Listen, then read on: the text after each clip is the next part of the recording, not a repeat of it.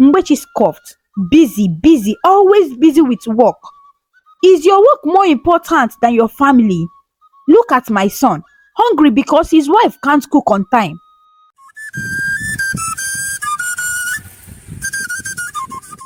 Chisom and Ikechukwu had been married for 2 years, and their marriage was like a dream come true. They loved each other deeply, and everyone around them admired the way they treated each other. Friends, family, and even neighbors would often talk about how lucky Chisom and Ikechukwu were to have such a happy and peaceful home. Even though they didn't have children yet, they were hopeful, and they knew it was only a matter of time. One warm Saturday morning, as they were sitting in the living room, sipping tea and chatting about their plans for the weekend, Ikechukwu suddenly turned to his wife with a thoughtful look on his face. "My love," he began, his voice gentle but serious. "There is something I've been thinking about for a while, and I want to talk to you about it." Chisom set her cup of tea down and gave her husband full attention. "What is it, my dear?" she asked with a smile, curious to know what was on his mind. Ikechukwu hesitated for a moment, choosing his words carefully. "It's about my mother. You know she's all alone in the village now since my father passed away many years ago." Chisom nodded. She knew how much Ikechukwu loved and respected his mother. Ever since they got married, he had often talked about how hard she had worked to raise him after his father died. She had been a strong woman, making many sacrifices to ensure that Ikechukwu got a good education and became the successful man he was today. "Yes, I know," Chisom replied softly, her heart warming at the thought of her husband's love for his mother. "I've been thinking," Ikechukwu continued, "it's not fair to leave her all alone in the village. She's getting older and she deserves to be cared for, especially after everything she did for me. I wouldn't be who I am today if not for her sacrifices.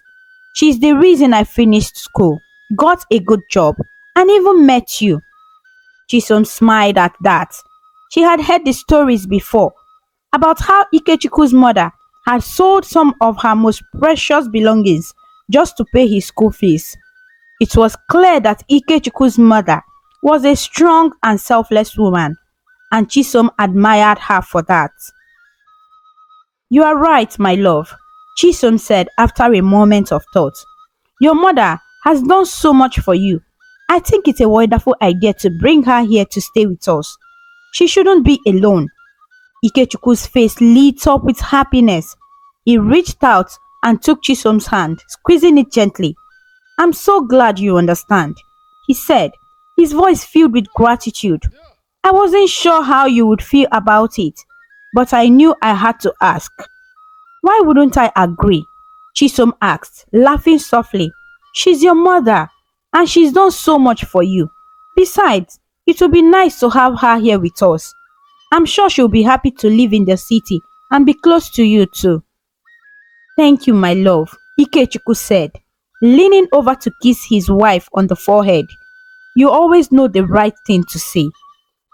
Chisom smiled, feeling a sense of joy in her heart. She had always wanted to have a good relationship with her mother-in-law, and now this was a chance for them to grow closer. She imagined all the wonderful moments they would share, cooking together, chatting, and maybe even learning some of her mother-in-law's traditional recipes. "I will go to the village next weekend and bring her here," Ikechukwu said, already planning in his mind how to make the trip. "I know she will be so happy to come." "That sounds good," Chisoma agreed. "In the meantime, I'll get a room ready for her.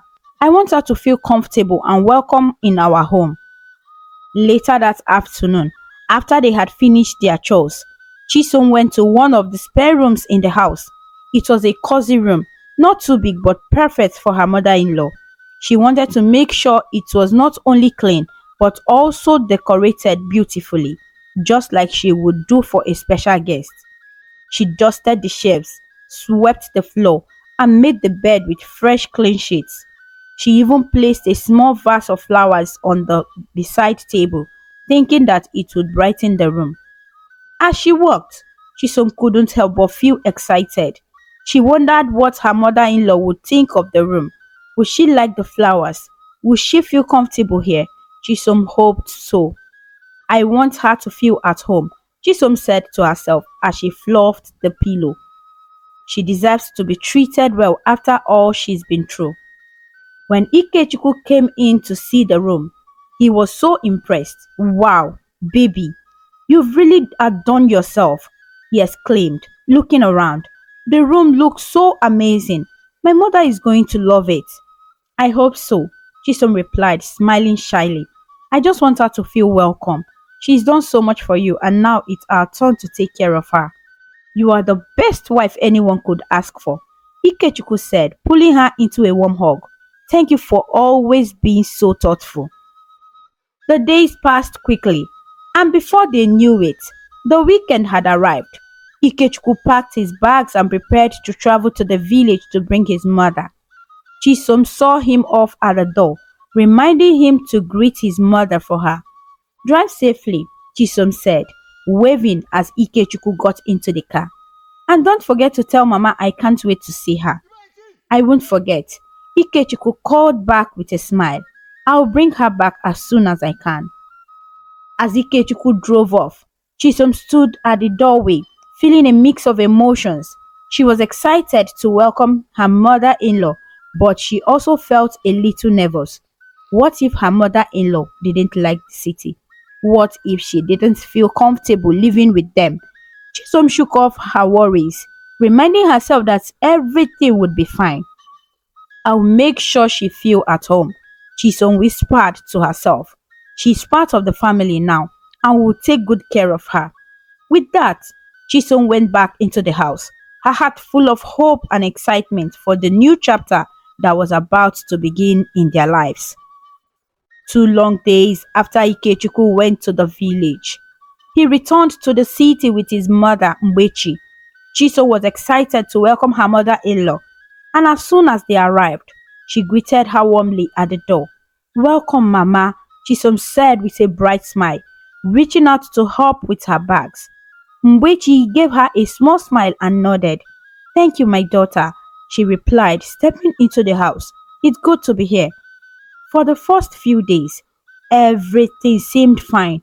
Ikechukwu was happy to have his mother in the house, and Chisom tried her best to make her mother-in-law feel comfortable.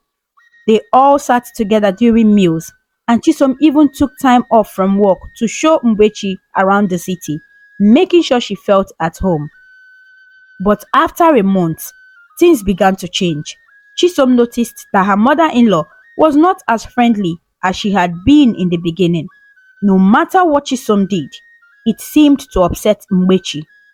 One evening, after Chisom had returned from work, she entered the kitchen to prepare dinner. As usual, she was exhausted. Being a banker meant long hours, and by the time she got home, she was often too tired to do anything else. But Chisom didn't complain. She loved her husband and wanted to make sure the house ran smoothly. As she cooked, Mbechi walked into the kitchen, her face stern. Chisom, you are cooking late again, she said, shaking her head disapprovingly. Why must you always wait until this time to make food? What kind of wife are you? Chisom turned her face to her mother-in-law, feeling the familiar tightness in her chest. She had been trying her best, but no matter what she did, it never seemed to be enough. Mama, I'm sorry. Work was really busy today, she explained softly. I'll try to cook earlier tomorrow. Mbechi scoffed. Busy, busy, always busy with work. Is your work more important than your family? Look at my son, hungry because his wife can't cook on time. Chisom bit her lip to keep from saying something she might regret. She had already noticed that her mother-in-law seemed to be unhappy with her. But Chisom didn't want to make things worse. She had promised herself to keep the peace in the house. The next morning, Chisom woke up earlier than usual. She decided to make breakfast before going to work. even though it meant she would be more tired. As she fried eggs and boiled yam, Ikechukwu came into the kitchen and saw how exhausted she looked. "My love," Ikechukwu said gently, "you don't have to wake up this early just to cook. I can help you with breakfast. I know how hard you work at the bank, and I don't want you to stress yourself too much." Chisom smiled at her husband. He always cared about her well-being. "It's okay, Nkem," she replied. "I just want to make sure everything is fine at home. But if you want to help, I won't stop you." Ikechukwu grinned and moved to the stove to start frying some plantains. Together, they finished making breakfast. It was a small moment of happiness for Chisom, knowing that her husband appreciated her efforts. However, when Mwechi came into the kitchen and saw Ikechukwu helping, her face darkened. She stood in the doorway, her arms crossed, glaring at Chisom. "So this is what it has come to," she said sharply. "My son, a man, cooking in the kitchen while his wife is just standing around. Chisom, you are too lazy for my liking. You care more about your job than your own home. What kind of a wife are you? Tell me, Chisom, what kind of a wife are you?" Chisom felt her heart sink. "Mama, it's not like that," she said quickly, trying to explain. "Ikechukwu offered to help me because he saw how tired I was." "Tired?" Mbechi raised her voice. "Tired of what?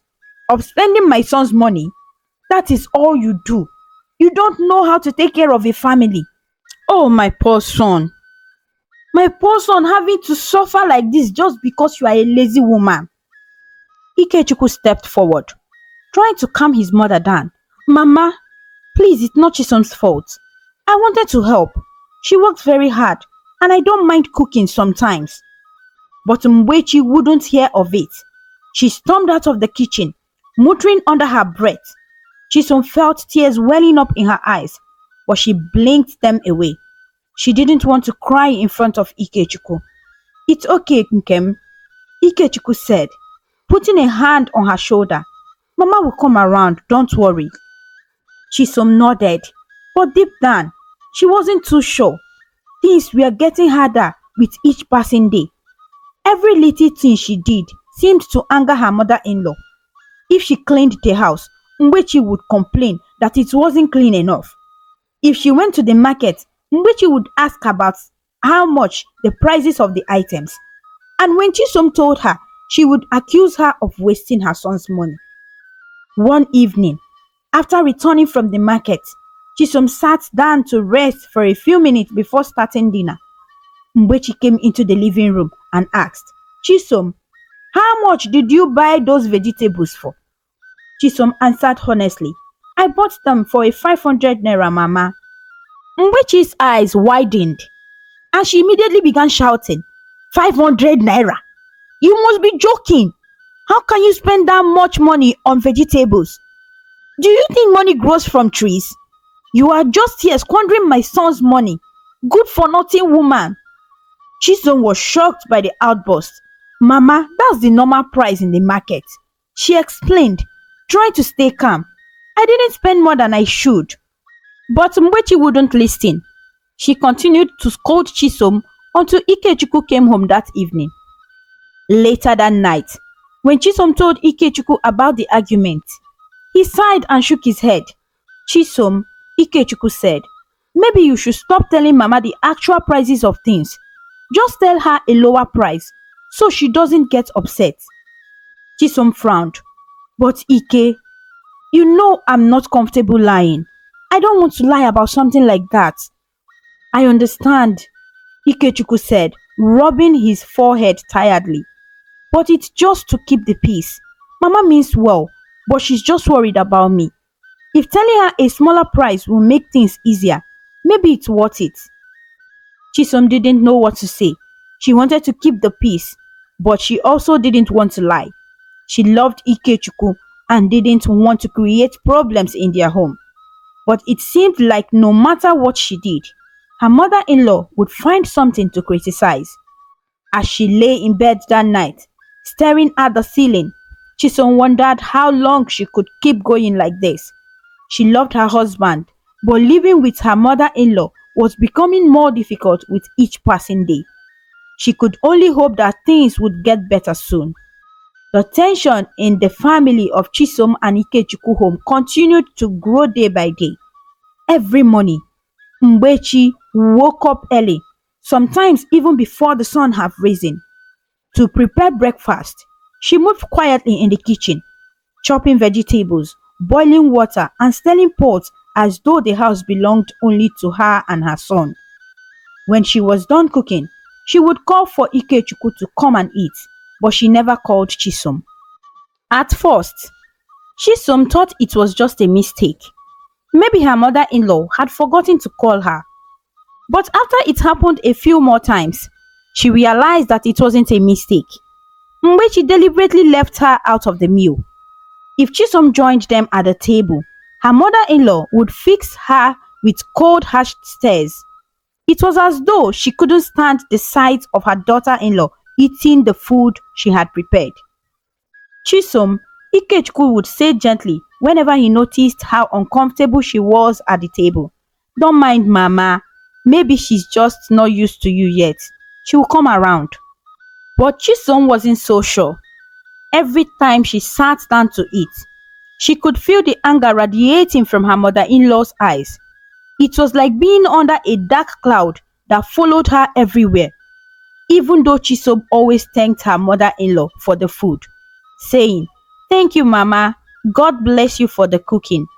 The tension never eased.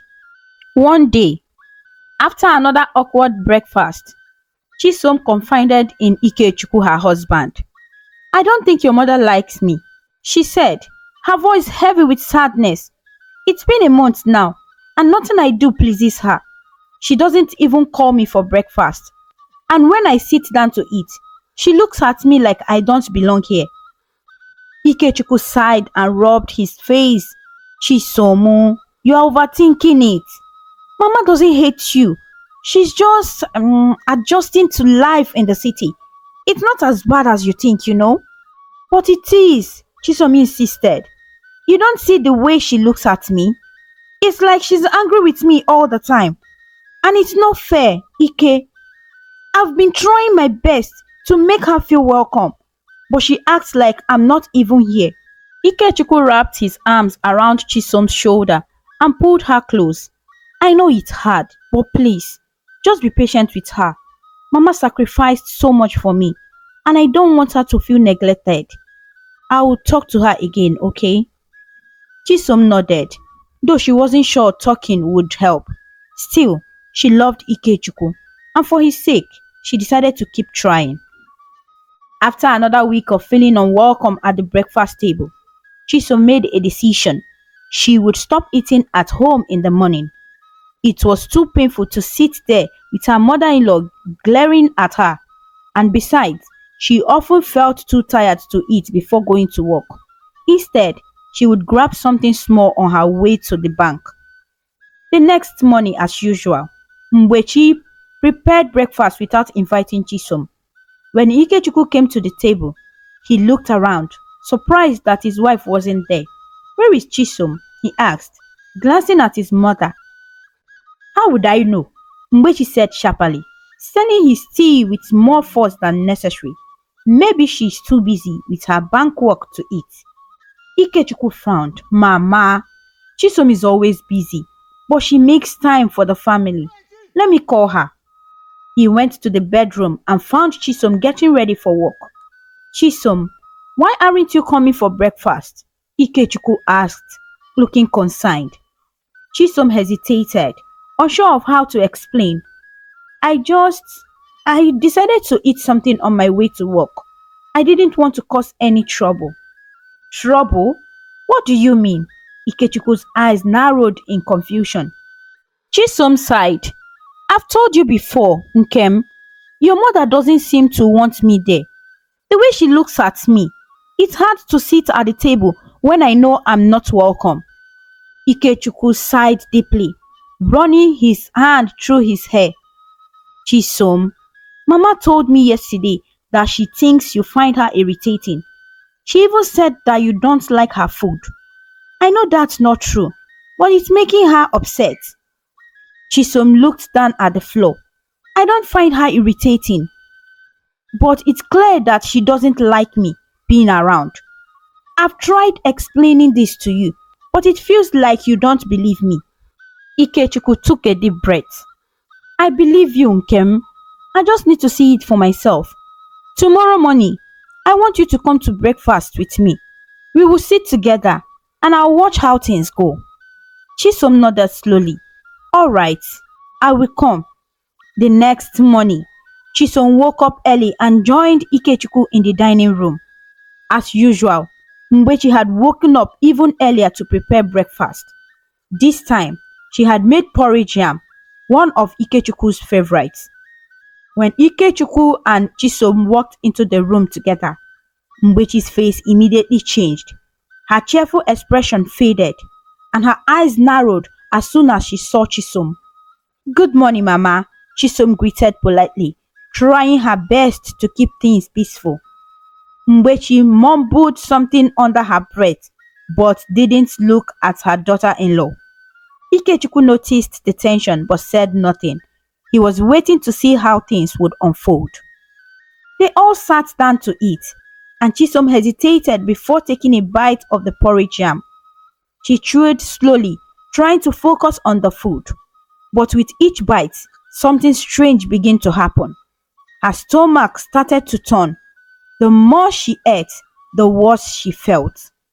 Ikechukwu watched his wife closely. Are you okay, Nkem? He asked, noticing the discomfort on her face. Chisom nodded weakly. I'm fine. I don't feel too well. But as she took another bite, the nausea hit her hard. She felt like she was going to vomit right there at the table. Without saying a word, Chisom jumped up from her seat and ran to the bathroom. She barely made it in time before throwing up. Back at the table, Mgbechi's reaction was immediate. She gasped loudly, her eyes wide with shock and anger. Ah! So my food is now disgusting to her, she shouted, pushing her chair back and standing up. Look at how she's running to vomit. My own food. God forbid. Ikechukwu stood up quickly, trying to calm his mother. Mama, please, it's not like that. Chisom is not feeling well. I don't care, Mgbechi interrupted, her voice rising. This girl has no respect for me. From the very first day she stepped into this house, she has been looking for ways to insult me. Now my food makes her sick. No, I will not stand this. Ikechukwu's face tightened with frustration. Mama, please calm down. Chisom didn't mean to offend you. But Mgbechi was beyond reason. She stormed out of the dining room, muttering angrily to herself. A few minutes later, she came back with her suitcase, already packed. I'm leaving, she declared, her face flushed with anger. I cannot stay in a house where I am disrespected like this. My own son's wife thinks she's too good for my food. Never. I will not stay here any more minutes. Mama, wait, Ikechukwu called out, following her to the door. You don't have to leave. Please, let's talk about this. But Mgbechi was already at the door, pulling it open and stepping outside. Talk about what? She snapped. Your wife has insulted me enough. I'm going back to the village. You can stay here with your disrespectful wife. Before Ikechukwu could say another word, Mgbechi stormed out of the house, slamming the door behind her. For a moment, there was silence. Ikechukwu stood frozen, his mind racing. He turned slowly to look at Chisom, who had just come out of the bathroom, her face pale and worried. Nkem, I'm sorry, Chisom whispered, her voice trembling. I didn't mean for any of this to happen. I was just feeling sick. But Ikechukwu's eyes were hard, filled with disappointment. He didn't say a word as he grabbed his car keys and headed for the door. Chisom's heart sank. She wanted to explain, to make him understand, but the look on his face told her he wasn't in the mood to listen. As Ikechukwu left the house to follow his mother, Chisom stood there, tears streaming down her face. She felt helpless, like the ground beneath her feet had vanished. What had gone so wrong? Why did it feel like everything was falling apart? After crying for a long time, Chisom wiped her tears and dressed up for work. She didn't know what the future held, but she had to keep moving forward, even if it felt like her entire world was crumbling around her. With a heavy heart, Chisom gathered her things and left for work, unsure of what awaited her when she returned home. She could only hope that somehow things would get better. When Chisom came back from work that evening, the house felt emptier than usual. Ikechukwu was still not home, and her heart ached with worry. She had been waiting for him to return all day, hoping that he had managed to calm his mother down and that things would go back to normal. But as the hours passed, her hope started to fade. She decided to call him, hoping to hear his voice and ask if everything was okay. Her phone rang once, twice, and then went to voicemail. Chisom frowned and tried again. This time, it rang even shorter before cutting off. It was clear that Ikechukwu was ignoring her calls. Chisom's heart sank. She had never experienced this side of her husband before. They had always been so close, and now, suddenly, he seemed so distant. She went to bed that night with a heavy heart, unable to stop the tears from rolling down her cheeks. It felt like everything was falling apart. The next morning, she got up and prepared for work as usual. Her eyes were puffy from crying the night before, and she felt exhausted. She bought food on her way to work, hoping to at least eat something before the day got busy. But when she opened the food and took a bite, her stomach turned again, just like the other day. She felt a wave of nausea rise inside her, and she quickly pushed the food away. The sensation was overwhelming, and it felt like she was going to be sick again. One of her colleagues, Nneka, noticed Chisom's discomfort. "Chisom, are you okay?" she asked with concern. "You've been looking a bit pale these past days." Chisom shook her head, trying to hide her discomfort. "I'm fine," she said, but her voice was weak. "Are you sure?" Nneka pressed. "You haven't touched your food, and you don't look well at all." Chisom sighed and decided to open up. "Honestly, I've been feeling off lately. Every time I try to eat, I feel like throwing up, and my body just feels different."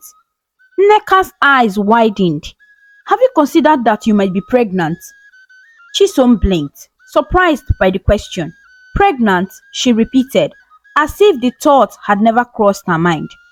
"Yes," Nneka replied. "What you are describing sounds like a pregnancy symptoms.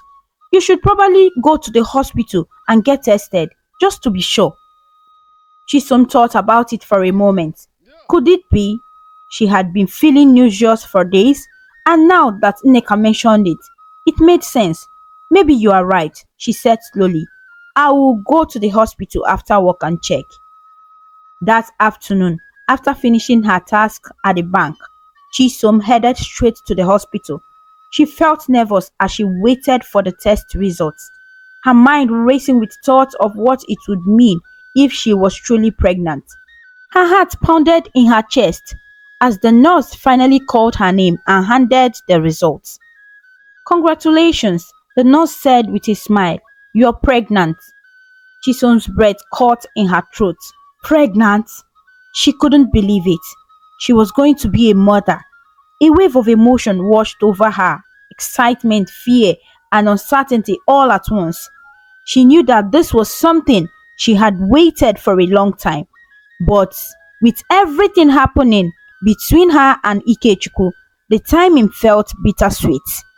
When she got home that evening, Chisom sat down, thinking about how to tell her husband the news. She was nervous but hopeful that this would bring some happiness back into their lives. Maybe the news of the baby would help mend the rift between them. But her hopes were dashed when Ikechukwu finally came home. He didn't say a word to her. His face was hard, and he barely looked at her as he went into the bedroom, grabbed a few of his clothes, and left the house without an explanation. Ikechukwu, Chisom called out, her voice trembling with emotion. Where are you going? But Ikechukwu didn't answer. He just walked out of the door, leaving Chisom standing there in shock. Her heart felt like it was breaking into pieces. She couldn't understand what was happening. Why was her husband treating her like this?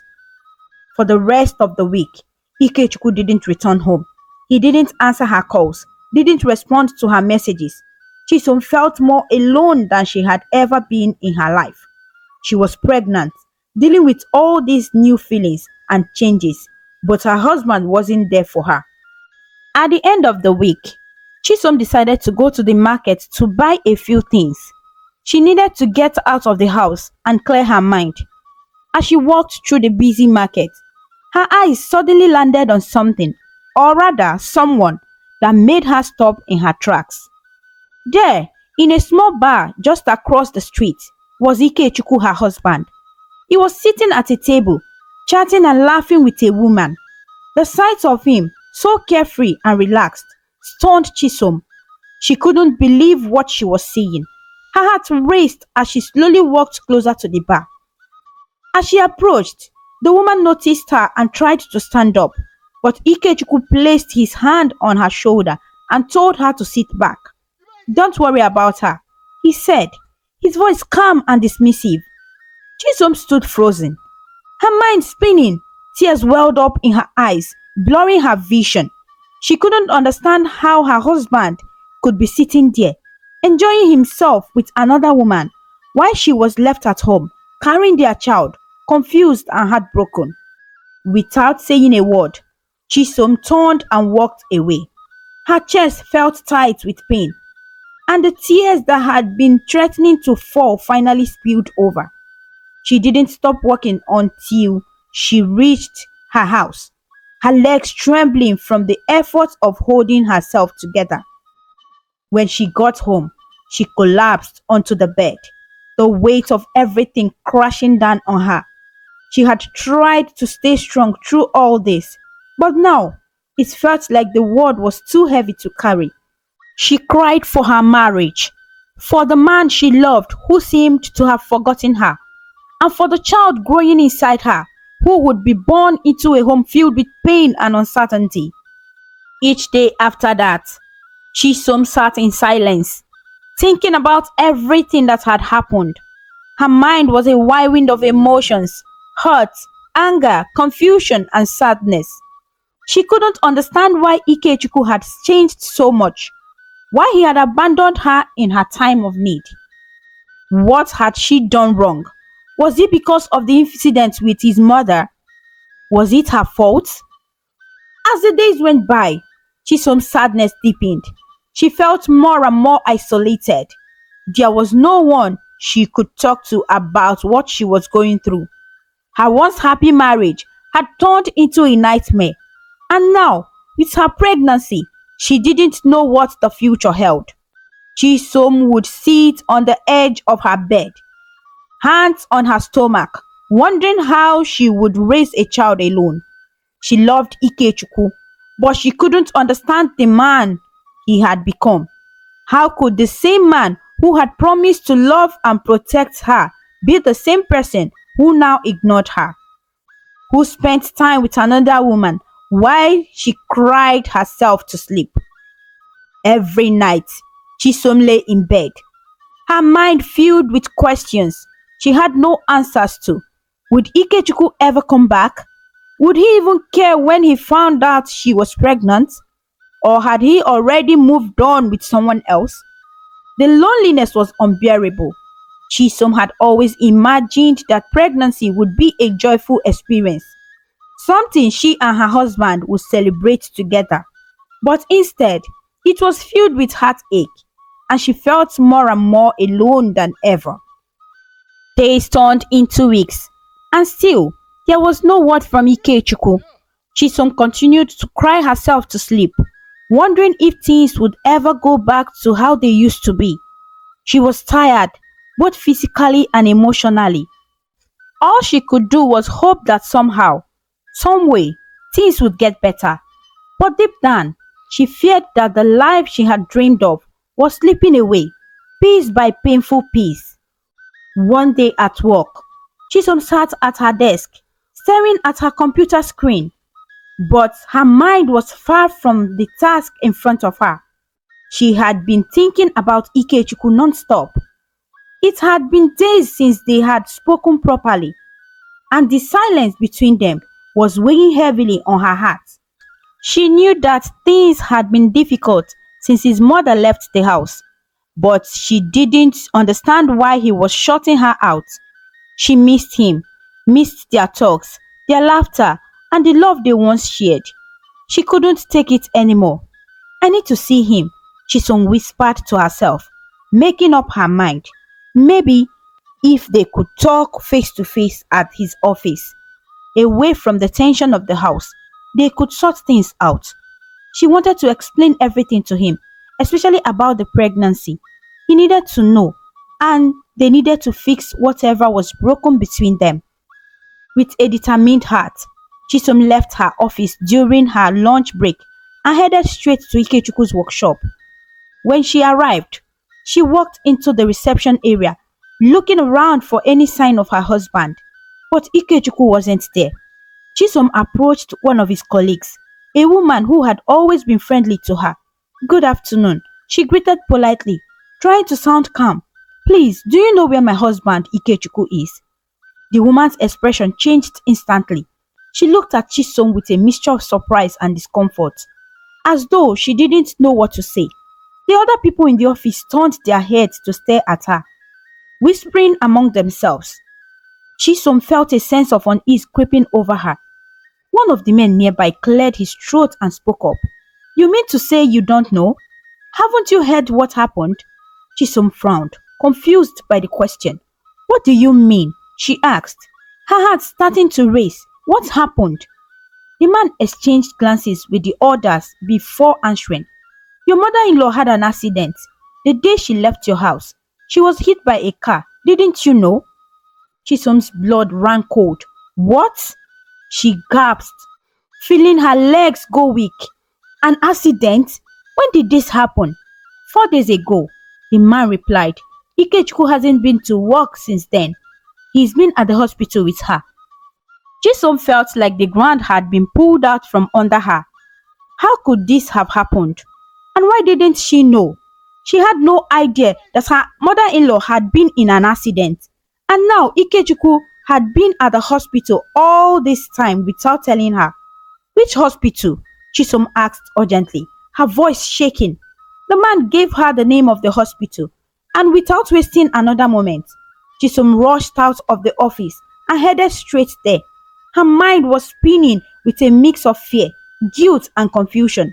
She had no idea how bad the accident was, but she needed to see Ikechukwu. She needed to be there for him, no matter what had happened. When she arrived at the hospital, Chisom rushed through the hallways, looking for any sign of her husband. And then, just outside one of the door, she saw him standing by himself, staring blankly into the distance. His face was pale, and his eyes were heavy with sorrow. "Nkem," Chisom called softly, using the name she always called him, meaning mine. She hoped that hearing her voice would bring him some comfort. But Ikechukwu barely glanced in her direction. He looked at her for a brief moment, then turned away, walking in the opposite direction without saying a word. Chisom's heart sank. She stood there, frozen, watching him walk away from her as if she didn't exist. "Ikechukwu," she called again, her voice breaking. "Please talk to me. Where is Mama?" But Ikechukwu didn't respond. He kept walking, disappearing around the corner, leaving Chisom standing there alone. Tears welled up in her eyes, but she blinked them away. She didn't understand what was happening. Why was he avoiding her like this? Why wouldn't he let her in? Chisom stayed at the hospital for a long time, hoping that Ikechukwu would return, but he never did. Eventually, feeling lost and helpless, she decided to go back to work. She tried to focus on her tasks, but Her mind was far away, filled with worry about Ikechukwu and his mother. Later that evening, when she got home, she was surprised to find Ikechukwu already there. He was sitting on the couch, staring at the wall, his expression unreadable. Chisholm's heart raced as she moved about the house, trying to figure out what to say to him. She could feel the tension in the air, thick and heavy, as if a storm was about to break. As she walked past him, Ikechukwu's eyes suddenly shifted to her stomach. He stared at it for a moment, and then a quiet voice he asked, "Nkem, are you pregnant?" Chisom froze. She had wanted to tell him, but not like this. Tears filled her eyes as she stood there, unable to speak. She opened her mouth to respond, but no words came out. The emotions were too much. Everything she had been holding inside for the past few weeks came rushing to the surface. She couldn't find the strength to say anything. Instead, she turned and ran to her bedroom, the tears streaming down her cheeks. She felt like a dam had been broken inside her, and all the pain and heartache she had been carrying was pouring out. She sat on the edge of the bed, crying silently, her heart breaking into pieces. Later, after they had calmed down, Chisom returned to the living room, determined to get answers. She needed to know what had happened to Ikechukwu's mother. She couldn't keep living in this state of confusion and silence. "Ikechukwu," she said softly, standing in front of him. "Where is Mama? What happened?" Ikechukwu looked up at her, his eyes filled with pain. He took a deep breath before answering. "She's dead," he said flatly, his voice hollow. Chisom felt the air leave her lungs. "What?" she whispered, her voice barely audible. "The day she left the house," Ikechukwu continued, his voice shaking slightly, "she tried to cross the road, and a car hit her. They rushed her to the hospital, but after 4 days, she didn't make it." Chisom's heart shattered. The guilt she had been feeling since the morning only grew heavier. She couldn't believe that her mother-in-law was gone, and it all happened after that terrible morning at the house. "I'm sorry," she whispered, tears filling her eyes once again. I didn't know it would end like this." Ikechukwu didn't respond. He stood up from the couch and quietly walked to the room his mother used to stay in. The door closed behind him, and moments later, Chisom could hear the sound of his sobbing. It was a heartbreaking sound, one that cut deep into her soul. She knew that he was grieving, that he was hurting, but he hadn't allowed her to be a part of that pain. He had shut her out, and now she didn't know how to reach him. Chisom stood outside the room for a long time, listening to Ikechukwu cry. She wanted to comfort him, to be there for him, but something held her back. She felt like if she walked in, it would only make things worse. Maybe he needed time alone. Maybe he needed to grieve in his own way. That night, they barely spoke to each other. The distance between them was becoming more obvious with each passing day. If Chisom cooked, she would leave the food for Ikechukwu on the table and retreat to her own room. And Ikechukwu, after eating, would go to his own room. It was like they were living in two separate worlds, even though they were under the same roof.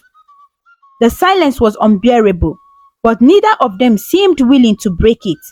Chisom missed the way things used to be, but she didn't know how to fix it. Every time she tried to talk to Ikechukwu, he would either avoid her or give short, emotionless answers. It was as if he had built a wall around himself, and no matter how hard she tried, she couldn't break through. As the days turned into weeks, Chisom began to feel more and more alone. She was carrying their child, but she felt like she was going through it all by herself. Ikechukwu barely acknowledged her pregnancy, and the joy she had once felt about becoming a mother was overshadowed by the pain of her failing marriage. Chisom often found herself sitting in the quiet of her room, her hand resting on her growing belly, wondering what the future held for her and her child. Would Ikechukwu ever come back to her? Would they ever be the happy family she had always dreamed of? Or had they lost each other for good? Each night, as she lay in bed, Chisom prayed for a miracle. She prayed that somehow, some way, they would find their way back to each other.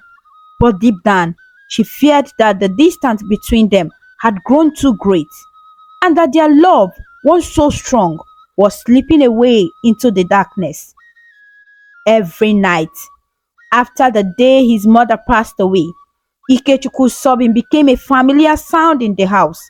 Chisom would lie in her room, hearing the quiet sobs coming from the room that once belonged to his mother. The sound pierced her heart each time, but she couldn't bring herself to confront him. She didn't know how to fix the distance that had grown between them. As the months passed, the house became filled with an air of sadness, even as Chisom's belly grew, signaling the new life inside her. The atmosphere remained heavy with grief. Ikechukwu continued to keep to himself, and Chisom's attempts to reach out to him were often met with silence. They barely spoke, and when they did, it was only about things that had to be said. Then, after 9 long months of carrying the baby, the day finally arrived.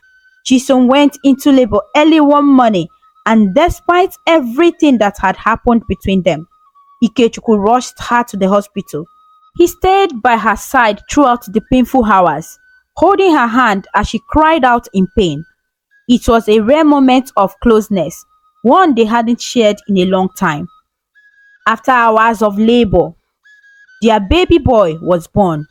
Chisom held the tiny wriggling baby in her arms, tears of joy streaming down her face. She looked up at Ikechukwu, who stood by her side, his eyes filled with a mixture of wonder and pain. "What should we name him?" Chisom asked softly, gazing down at the little boy in his arms. Ikechukwu stared at the baby for a long moment before answering. "Udoka," he said quietly. "It means peace is better." Chisom nodded, understanding the meaning behind the name. After everything they had been through, peace was what they both needed. They had been through so much pain and sorrow, and now, with the birth of their son, they hoped for a sense of peace to return to their lives. For a brief moment, it felt like things might finally be turning around. After they brought Udoka home, Chisom tried to rekindle the bond they once shared. She hoped that with the baby in their lives, they could move past the grief and find happiness again. But Ikechukwu remained distant. He still spent most of his nights in the room that has once belonged to his mother, and although he cared for Udoka, his sadness never seemed to lift. One evening, just a month after Udoka was born, something happened that changed everything. Ikechukwu had been sitting on the couch, staring off into space, when suddenly he collapsed. Chisom, who had been in the kitchen at that time, heard a loud thud and rushed into the living room. "Ikem! Ikem!" she screamed, rushing to his side. His face was pale, and he wasn't responding. Panic gripped her as she called for an ambulance, her hands trembling as she tried to keep herself calm. At the hospital, Chisom waited anxiously in the corridor while the doctors worked on Ikechukwu. She paced back and forth, her mind racing with fear. What had happened to him? Was he going to be okay? The hours stretched on, each minute feeling like an eternity. Finally, a doctor came out to speak with her. His expression was grave, and Chisom knew the news wasn't good even before he opened his mouth. "Mrs. Chisom," the doctor began gently, "I'm sorry to tell you this, but your husband has passed away." Chisom felt the words hit her like a punch to the stomach. She couldn't breathe. "No, no, that can't be," she whispered, shaking her head in disbelief. "He was fine this morning. How could this happen?" The doctor sighed, his face filled with sympathy. Your husband had cancer. It was in an advanced stage, blood cancer to be specific. Chisom stared at him in shock. Cancer? He never told me. Her voice trailed off, her mind struggling to comprehend what she just heard. I'm sorry, the doctor said softly. From the lab results, it seemed he knew about it for a while. It's likely he didn't want to worry you during your pregnancy. We gave him only a few months to live, but he managed to hold on until now. It's by God's grace that he lived long enough to see his son born. Chisom put her hands on her head and began to cry bitterly. She felt like the ground had opened up beneath her and she was falling into an abyss of sorrow. Ikechukwu had known all this time. He had been dying and he hadn't said a word to her. How could he have kept something like this from her? When she got home from the hospital, Chisom went straight into the room that Ikechukwu had been using. The room that once belonged to Ikechukwu's mother. She wanted to understand why he had kept this from her. As she searched through his things, her eyes landed on a stack of papers on the beside table. Among them was a lab report, proof that Ikechukwu had known about his illness for a long time. He had cancer and he had been suffering silently.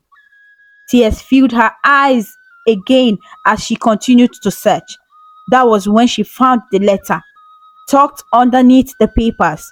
Her hands trembled as she opened it, her heart pounding in her chest. The letter was written in Ikechukwu's familiar handwriting, and as she began to read, her tears flowed freely. Chisom, the letter began. If you are reading this, it means I am no longer with you.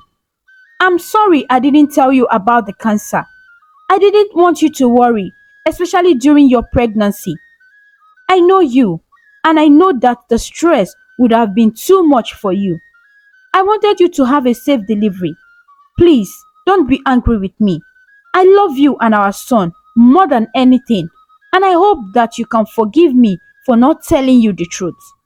There are so many things I wish I could say to you in person, but I hope this letter will do. I know things have been difficult between us lately, and I want you to know that I don't hold any grudges. I want you to forget everything that has happened. Please forgive me, forgive my mother, and forgive yourself too. Life is too short to hold on to angers and pain. Take care of our son Udoka. He is a blessing, and I know you will raise him to be a wonderful person. Please tell him about me, about how much I loved him and you. And remember, I will always be with you, even if I'm not here physically. Yours forever, Ikechukwu. Chisom held the letter to her chest. Her body racked with sobs. The pain of losing Ikechukwu was unbearable, but the thought of him carrying this burden alone, all to protect her, made her heart ache even more. She cried for the love they had shared, for the good times they had experienced, and for the future they had lost. In the days that followed, Chisom found herself thinking back to the beginning of their marriage, the laughter, the joy, and the love that had brought them together.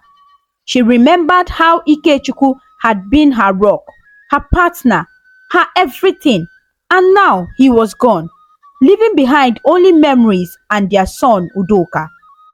As Chisom looked at her baby boy, she knew that she would carry on for him. Ikechukwu's words in the letter echoed in her heart. Life is too short to hold on to anger and pain.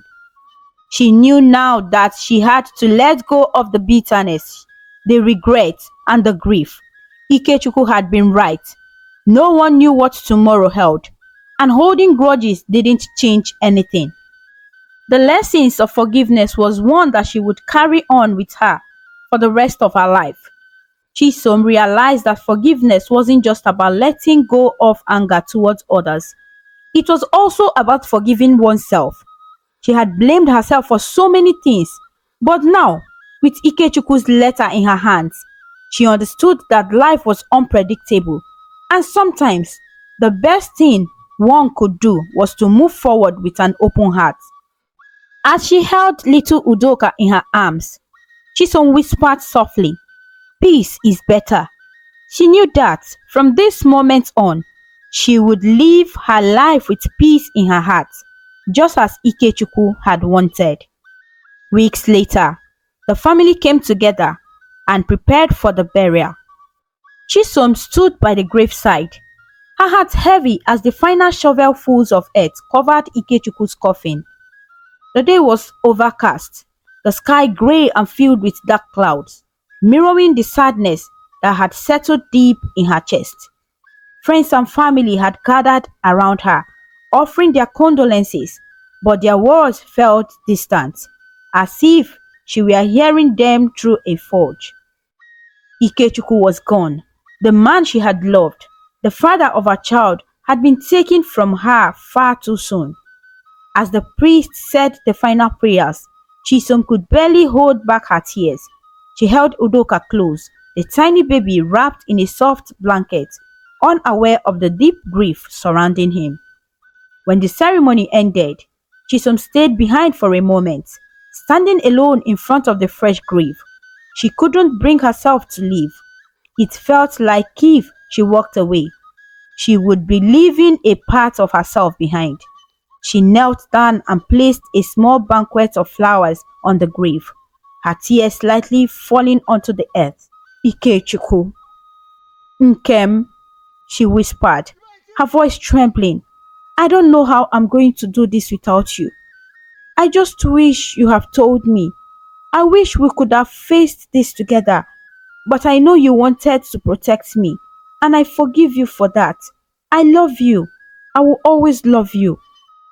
As the wind blew gently around her, Chisom felt a strange sense of calm settle over her.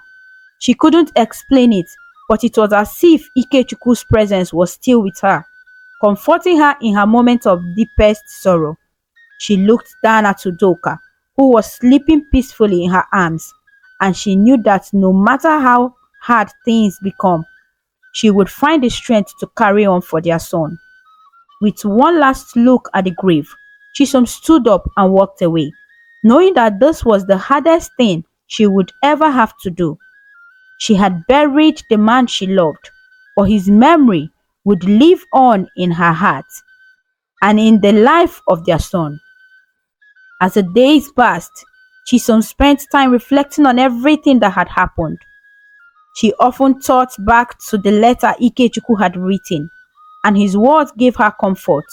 She realized that he had been preparing for this moment, even though she hadn't known it at the time. He had asked her to forgive, to let go of the pain, and to move forward with peace in her heart. In the quiet moments at home, as she cared for Udoka, Chisom allowed herself to remember the good times she had shared with Ikechukwu. She remembered how they had laughed together, how they had supported each other through the ups and downs of life. Those memories brought her comfort even as she mourned his loss. Chisom also thought about the importance of forgiveness. She had held on to so much guilt and sadness over the months, but now she understood that forgiveness wasn't just about letting go of anger she had felt toward Ikechukwu for keeping his illness a secret. It was about forgiving herself for the mistakes she had made, for the things she couldn't change.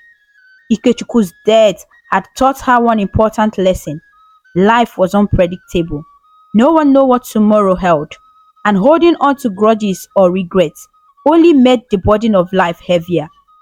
She had seen how quickly things could change, how someone you loved could be here one day and gone the next. As Chisom held Udoka close, she made a promise to herself. She would live her life with peace, just as Ikechukwu had wanted. She would forgive those who had hurt her, and she would forgive herself for the things she couldn't control. She would raise their son to know that love, forgiveness, and peace were the most important things in life. The story of Chisom and Ikechukwu reminds us all that no one knows what tomorrow holds. Life is full of uncertainties, and the only thing we can truly control is how we choose to live in the present.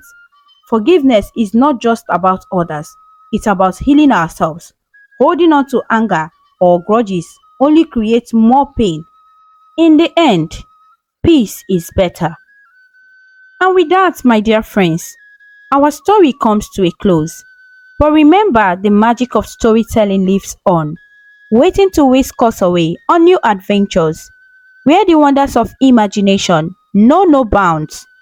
Goodbye for now, and may your dreams be filled with joy, wonder, and endless possibility. Thank you so much for watching. Please kindly comment, like, share, and subscribe to our YouTube channel for more interesting stories.